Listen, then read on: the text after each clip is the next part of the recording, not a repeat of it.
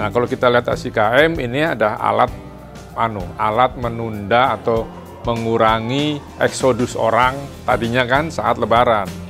Sehingga tidak semuanya keluar karena ada pernyataan-pernyataan dari petinggi negara yang bilang sudah dilonggarkan dan sebagainya. Jadi untuk menghambat itu baik. Tinggal sekarang prosedurnya bagaimana? Zaman IT gini kan harusnya mudah. Nah, itunya mudah, cuman lalu masuk pada persyaratannya. Ini yang banyak orang salah paham atau juga memang tidak mengerti, karena kan tidak semua orang melek komputer, ada yang gagap, ada yang bacanya cepat-cepat sehingga dokumennya salah. Termasuk saya, yang saya pahami semua yang minta SIKM itu harus punya surat keterangan sehat. Dalam pikiran kita surat keterangan sehat ya tentu karena ini COVID kan itu ya. Tapi ternyata itu kan hanya dibutuhkan ketika kita menggunakan angkutan umum, apapun bentuknya, darat, laut, udara, kereta api. Ketika kita melakukan perjalanan dengan kendaraan pribadi itu tidak perlu.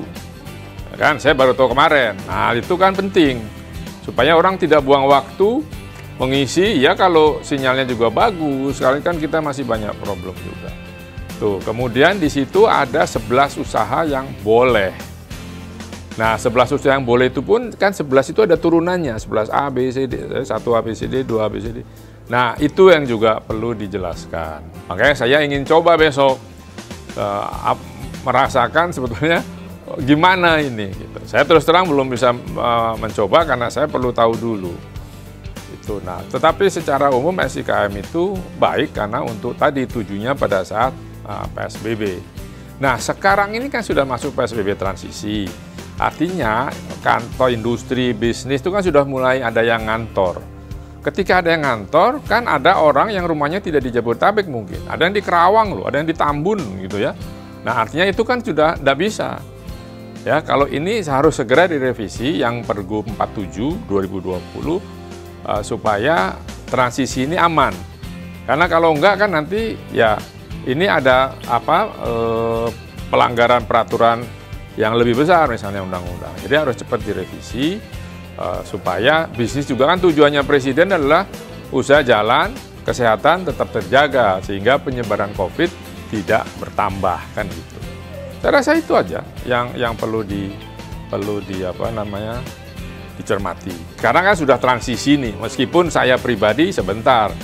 COVID ini kan pandemi. Urusannya sama kesehatan manusia. Jadi kalau kebijakannya mau diubah, itu harus ada bukti saintifiknya, scientific evidence-nya. Yang selama ini dipakai di seluruh dunia atas rekomendasi WHO kan 10.000 tes swab PCR per 1 juta penduduk. Kan kita tidak pakai itu. Pemprov menggunakan ahli pandemi. Lalu grafiknya turun sudah landai. Nah, tetapi kan belum, penambahannya masih tinggi. Jadi saya sudah ingatkan, saya bilang ini sudah jadi keputusan, kritisi saya adalah hati-hati. Karena merubah kebijakan dari PSBB ke transisi itu sudah betul, tidak langsung dibebaskan. Karena di transisi perlu diawasi. Itu sudah betul, tapi tolong dimonitor betul. Karena pertumbuhannya itu masih tinggi. Oke, sekarang dengan mulainya ada PTSP kan agak lumayan, kan ada yang jemput, ya kan? Nah, pokoknya sekarang misalnya mau izin apa, izin mendirikan bangunan, kan persyaratannya sudah ada di web. Tinggal disiapkan saja, begitu dikirim, kan selesai. Dengan ada PTSP, saya bilang ini bagus. Karena apa? Karena semua terinternalisasi, kemudian menggunakan teknologi informasi. Dan itu memudahkan. Nah, itu juga mendidik masyarakat, supaya ketika dia mengurus sesuatu, dokumennya lengkap. Jadi tidak bolak-balik. Ketika dokumen sudah lengkap, kan bisa diisi online dulu, dimasukkan, dibawa sini, tinggal ngambil, misalnya kita tahu kapan selesai. Karena dengan model PTSP gini, tidak ada kontak antar manusia, yang dulu istilahnya apa saya bilang buka laci gitu kan, masukkan uang, selesai, nah baru. Dan ini nggak ada, jadi tarifnya harus dibayar jelas, kapan selesainya, ya itulah layanan publik. Kita harus tahu tarifnya, kapan selesainya. Udah, kalau tidak selesai, kenapa? Harus dijawab. Lalu segera diperbaiki dan segera kalau sudah memenuhi syarat, ya langsung dikasih izin. Kita ini hidup bernegara ada instrumennya, namanya izin. Kita mau ngapain di negara itu harus pakai izin karena ini pemerintah negara hukum. Nah, biasanya di Indonesia ini, biasanya ya, komoditi paling laris itu izin. Kenapa? Dengan izin kita bisa korupsi. Nah, sekarang izin dikombinasikan dengan teknologi informasi, tidak bisa lagi dikorupsi. Ya kan? Karena izin itu langsung kita online, langsung masuk ke pemerintah daerah atau pemerintah pusat, dari situ keluarlah izin itu. Nah, asalkan kita sebagai masyarakat menyiapkan seluruh dokumen yang diminta untuk memperoleh izin itu. Jadi sekali lagi ini urus izin sendiri itu mudah. Dulu kan banyak biro jasa. Sebetulnya itu biro jasa sih calo sebetulnya nama kerennya. Ya kan? Dan sekarang sudah nggak perlu lagi lah.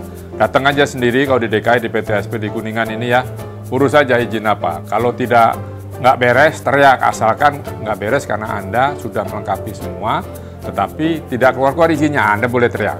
Tapi kalau Anda tidak lengkap izinnya, Anda teriak, itu namanya Anda yang harus berobat. Begitu ya.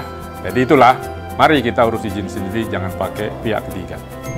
Dengan inovasi tiada henti, multi channel public service delivery 1500164 call center dan Najib siap melayani.